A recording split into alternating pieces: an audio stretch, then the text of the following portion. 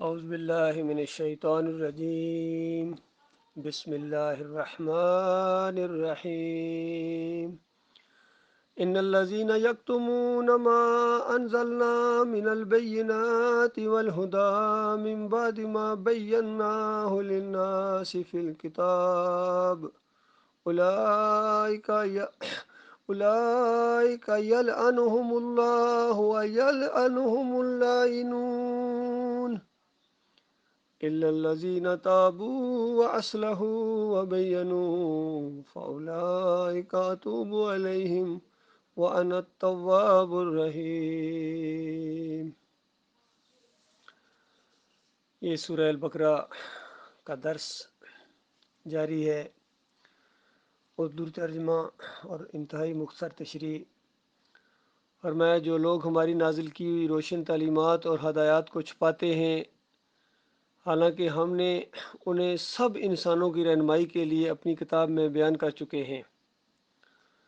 یہ ایک نقطہ ہے کہ اللہ تعالیٰ نے یہ انداز اختیار کیا ہے، سارے انسانوں کو براہ راست ان کے اوپر وحی نہیں بھیجی، بلکہ انبیاء کا سلسلہ چلایا، پھر کتابیں نازل کیں، پھر غیر انبیاء میں سے بھی اہل علم کو چھانٹا اور ان کی یہ ذمہ داری لگائی کہ تم نے اب آگے لوگوں کو یہ دعوت دینی ہے، تبلیغ کرنی ہے، اللہ کی کتاب کو کھول کھول کر بیان کرنا ہے، اور اس کو چھپانا نہیں ہے بھائی، کیونکہ یہ انسانوں کی ہدایت کے لیے ہے، اور انسانوں کی ہدایت کے لیے اللہ کی طرف سے پیغام ہو اور جس کو معلوم ہو وہ اس کو چھپائے یا غلط ملت کو آپس میں مکس کر کے پیش کرے، تو آپ خود سوچئے کس قدر وہ اللہ کے غضب کا شکار ہوگا۔ یہاں اسی انداز کا یہ بیان ہے۔ فرمایا جو یہ طرز عمل اختیار کرے، بہت زور دے کے کہا گیا کہ یقین جانو کہ اللہ بھی ان پر لعنت کرتا ہے اور تمام لعنت کرنے والے بھی ان پر لعنت کرتے ہیں۔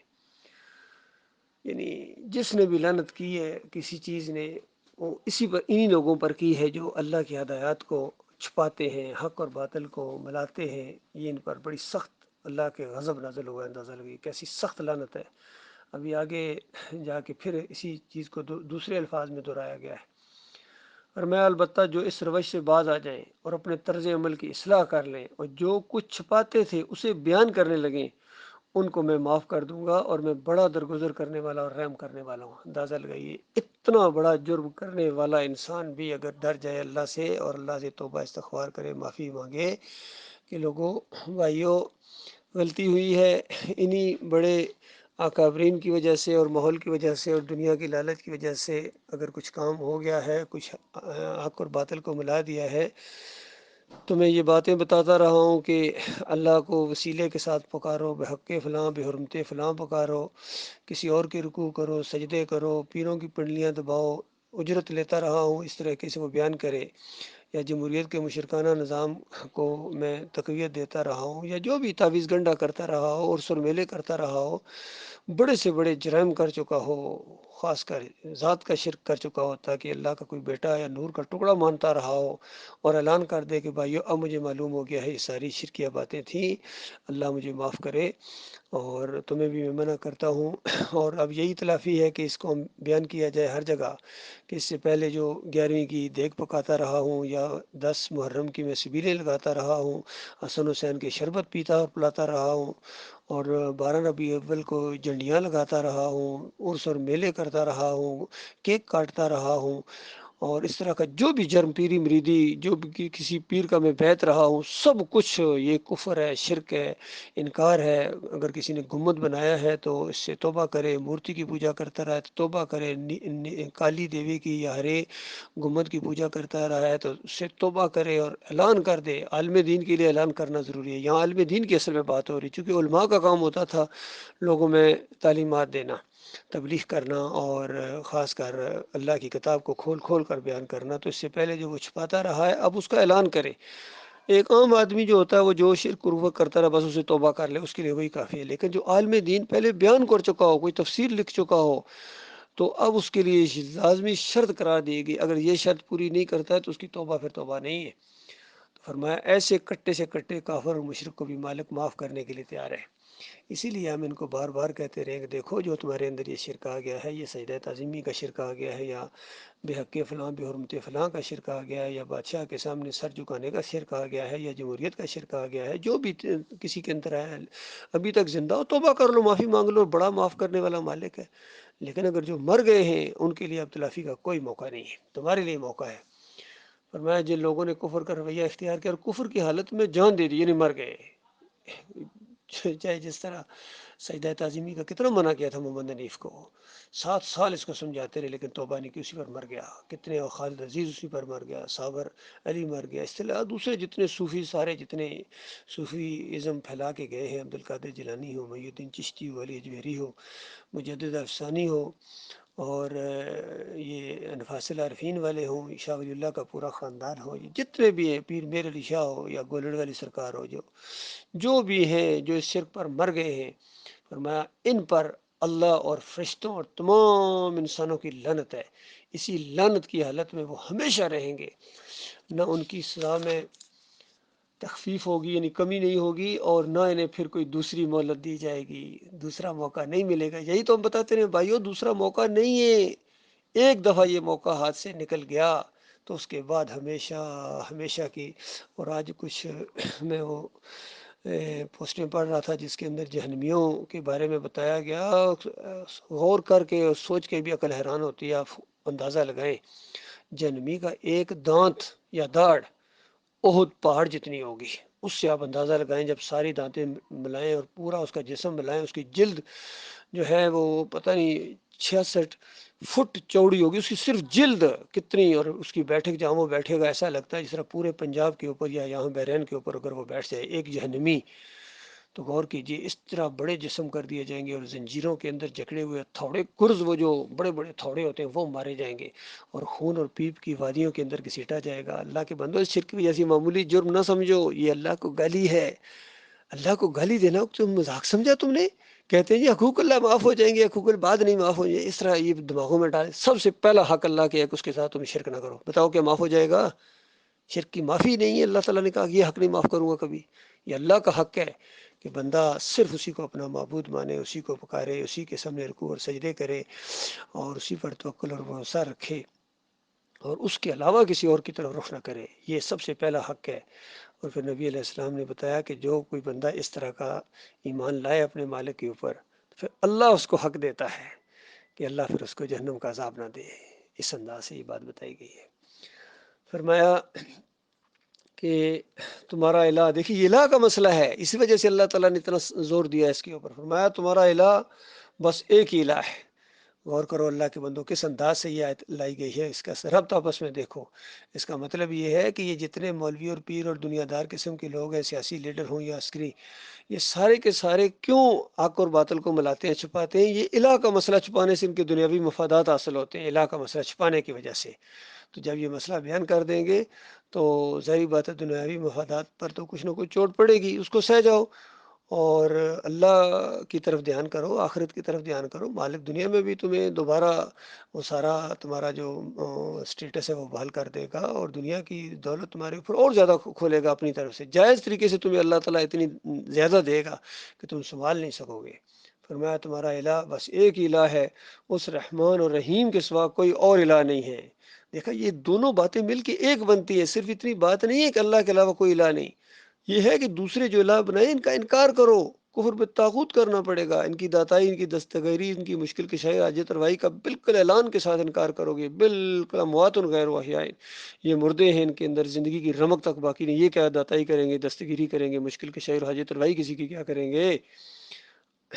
فرمایا کہ اس حقیقت کو پہچاننے کے لیے اگر کوئی نشانی اور علامت درکار ہے تو جو لوگ عقل سے کام لیتے ہیں ان کے لیے آسمان اور زمین کی ساخت میں، دن اور رات کے ایک دوسرے کے بعد آنے میں، اور ان کشتیوں میں جو انسانوں کی نفع کے لیے دریاؤں اور سمندروں میں چلتی پھرتی ہیں بارش کے اس پانی میں جسے اوپر سے برساتا ہے اللہ تعالیٰ، پھر اس کے ذریعے سے زمین کو زندگی بخشتا ہے، اور اپنے اسی انتظام کی بدولت زمین میں ہر قسم کی جاندار مخلوق کو پھیلاتا ہے ہواؤں کی گردش میں، اور ان بادلوں میں جو آسمان اور زمین کے درمیان تابع فرما کر بنا رکھے گئے بے شمار نشانیاں ہیں۔ یہ ساری نشانیاں، ہر طرف اللہ کی اتنی نشانیاں ہیں کہ عقل حیران ہے۔ اللہ تعالیٰ نے اپنی توحید کی نشانیاں، یہ سب توحید کی نشانیاں ہیں۔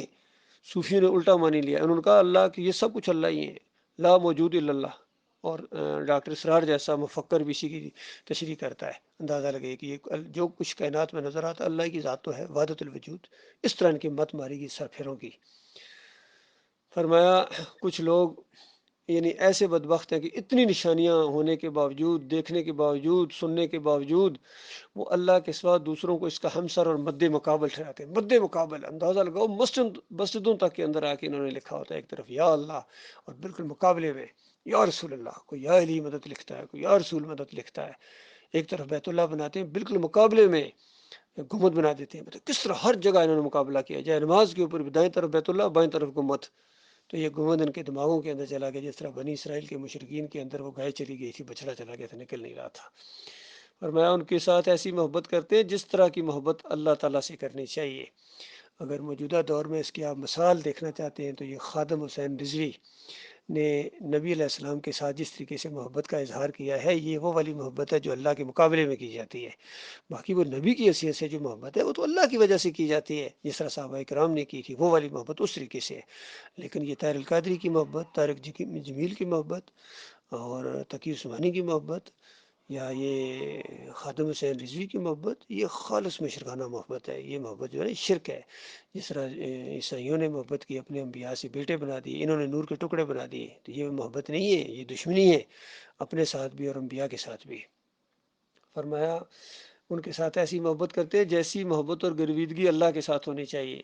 حالانکہ ایمان رکھنے والے لوگ سب سے بڑھ کر اللہ کو محبوب رکھتے ہیں۔ دیکھا ہے، فرمایا والذین آمنوا اشد حب للہ، اشد حب للہ کس سے ہے؟ اپنے مالک سے ہے۔ اللہ کے ساتھ اس محبت میں کوئی شریک نہیں ہے۔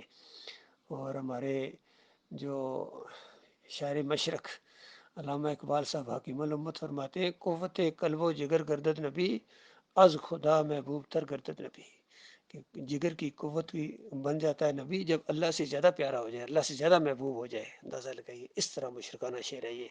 یا کہ ام الامت ہے، ایک دوسرے کی ام الامت ہے اشرف علی تھانوی صاحب، وہ کہتے ہیں کہ اللہ کے بندوں کو نبی کا بندہ کہا جا سکتا ہے۔ اندازہ لگائیے، سب سرفیروں نے اس طرح اس امت کو شرک کی گولیاں دی ہیں اور اللہ کا مقابلہ کیا ہے انہوں نے۔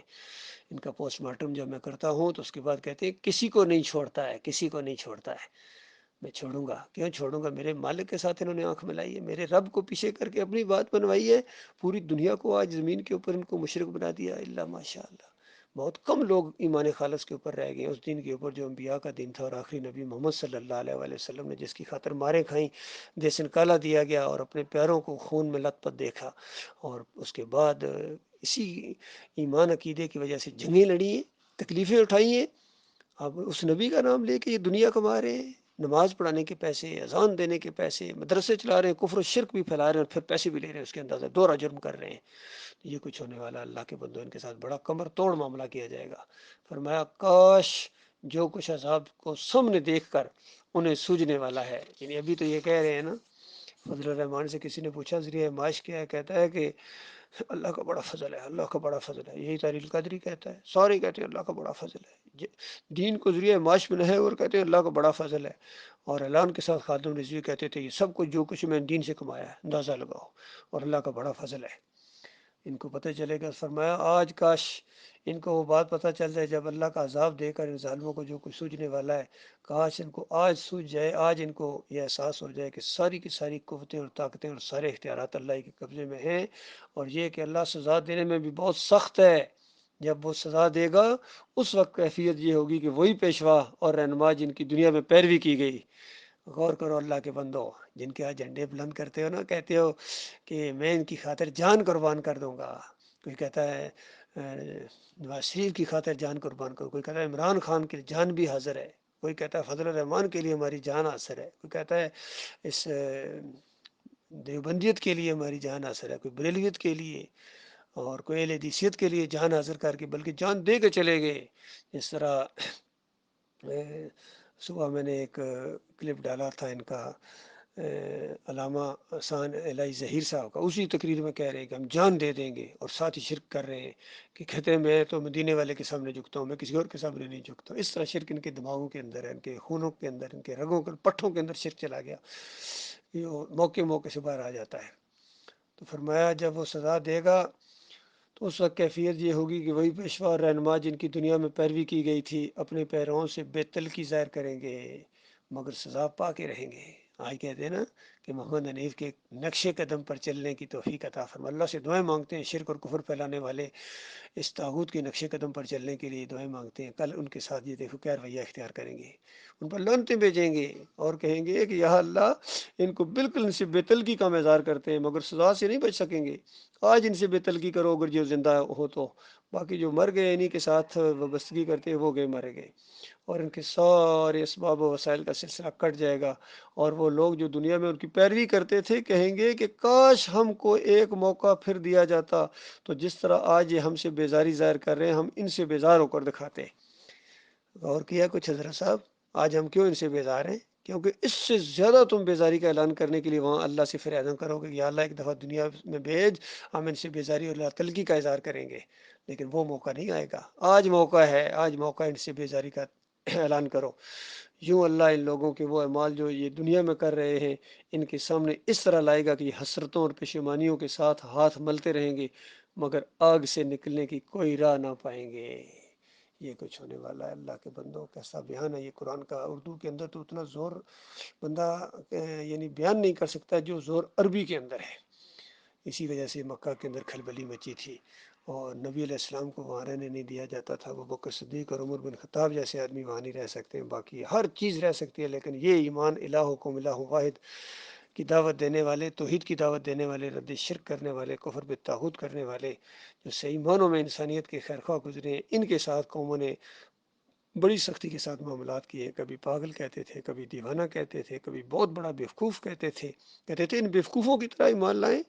اللہ تعالیٰ نے کہا، جواب دیا، اللہ نے اپنی طرف سے جواب دیا کہ بھائی مانو تم اصل میں بیوقوف ہو اور تمہیں شعور نہیں اس چیز کا کہ یہ جو میرے بندے ہیں یہ تو انہوں نے اپنی جان کو مال کو بیچ دیا جنت کے بدلے میں. جنت میں ان کو کیا کچھ ملنے والا ہے تمہیں کیا پتا. بڑے بڑے محلات جنت کی زمین سے 60 میل اونچے اللہ تعالیٰ ان کو محلات دے گا. بڑے بڑے فلیٹ ہوں گے، ان کی لمبائی اور چوڑائی کا خود اندازہ، ادھے نگاہ تک پھیلے ہوئے باغیچے، خوبصورت بیویاں، بہترین ان کے بیٹ مین جو چھوٹے چھوٹے لڑکے ہوں گے، نوکر ہوں گے، خادم ہوں گے، کوئی ادھر دوڑ رہا ہے کوئی ادھر دوڑ رہا ہے. خوبصورت پوشاکیں، زبردست قسم کے کھانے، مشروبات کی نہریں اللہ تعالیٰ چلا دے گا اپنے مومن بندوں کے لیے.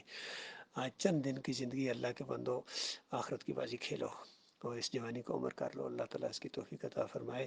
جو کہا ہے جو سنا ہے مالک اس سے زیادہ عمل کرنے کی توفیق عطا فرمائے اور قول و فعل کے تضاد سے مالک اپنی پناہ میں رکھے. مالک مخلص اور باصلاحیت لوگوں کو ہمارا ساتھی بنائے کیونکہ یہ جماعت بڑی مضبوط بنیادوں کے اوپر یہ قائم ہو گئی ہے. کفر و شرک کے خلاف جنازہ اٹھے گا. یہی وہ جماعت ہے جو پوری دنیا میں انشاءاللہ غلبہ پکڑے گی. اس میں رائی کے دانے کے برابر بھی شک نہیں ہے بلکہ شک کرنے والا بھی ایمان سے خالی ہے. اللہ تعالیٰ غور و فکر کرنے کی توفیق عطا فرمائے.